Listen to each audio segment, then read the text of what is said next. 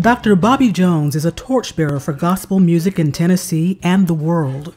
He is an acclaimed singer who has released 14 albums, toured internationally, and won many honors. They include Stellar Awards, Dove Awards, and a Grammy Award for his single with Barbara Mandrell, "I'm So Glad I'm Standing Here Today." Well, you know, when it first happened, and this was 1984, when I won the Grammy with Barbara Mandrell. So there was still a little division with ethnicities. A white woman, country, and a black man, gospel, winning an award. And we're from Tennessee. What an example that was to the rest of the country. Before Dr. Jones made his first move into gospel, he was an educator with Metropolitan Nashville Public Schools and Tennessee State University.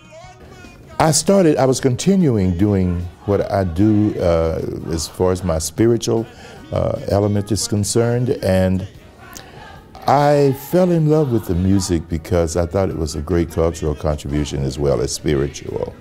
Dr. Jones wrote and produced the first black gospel opera, Make a Joyful Noise, which won a Gabriel Award. In addition, he founded and continues to lead the premier gospel group, the Nashville Superchoir. Dr. Jones has attained legendary status as a television icon and can be credited with giving gospel music its first national stage. Started in 1980, Bobby Jones Gospel is the longest continuously running show on cable and a Sunday morning staple of black entertainment television. Dr. Jones currently hosts the show as well as a daily show called Visions at Mount Zion on the Impact Network. He also has 2 radio programs on the Sheridan Gospel Network. I saw some places in this music I thought that I could help bring it along, not having any concept of really doing this. You know, I'm doing something else. And all of a sudden, things began to happen. Always one to share the spotlight, Dr. Jones gives popular and upcoming gospel singers a platform to perform on his show. He has opened the door to success for artists such as Kirk Franklin, Yolanda Adams, and Mary Mary. I brought up all of them. I brought up all the great stars today. The one I think that has accomplished the most that I'm really, really close to, and fortunately he has accomplished the most as far as what the world of music is concerned. His name is Kirk Franklin, a little guy. He doesn't sing either. He talks. Despite his national profile, Dr. Jones has never forgotten his roots growing up in rural Henry County. A challenge. It was a challenge growing up as a child in West Tennessee. Wow, a challenge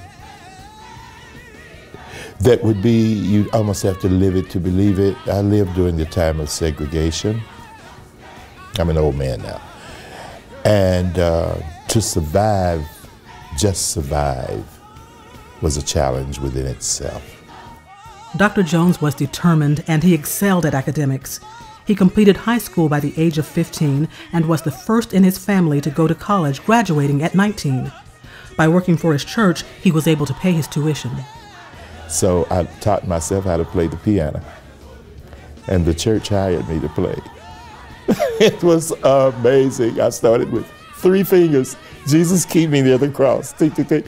It had to be nothing but God. And the woman hired me to play for the Sunday school, so my aunt had a piano in her house. That's how I learned to, play it by ear, Dr. Jones is truly a trailblazer and shows no signs of slowing down.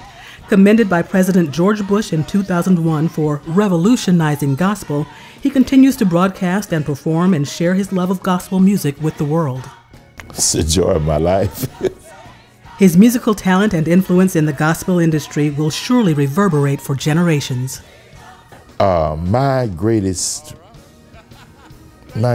wish to the Lord is that whoever that I have influenced or something, that I would look at that more than trying to become some great big person of some nature. I want them to know that my heart is a good heart. The people that are around me who care for me and others who might see what I do know a little bit about me, that what I do is for real.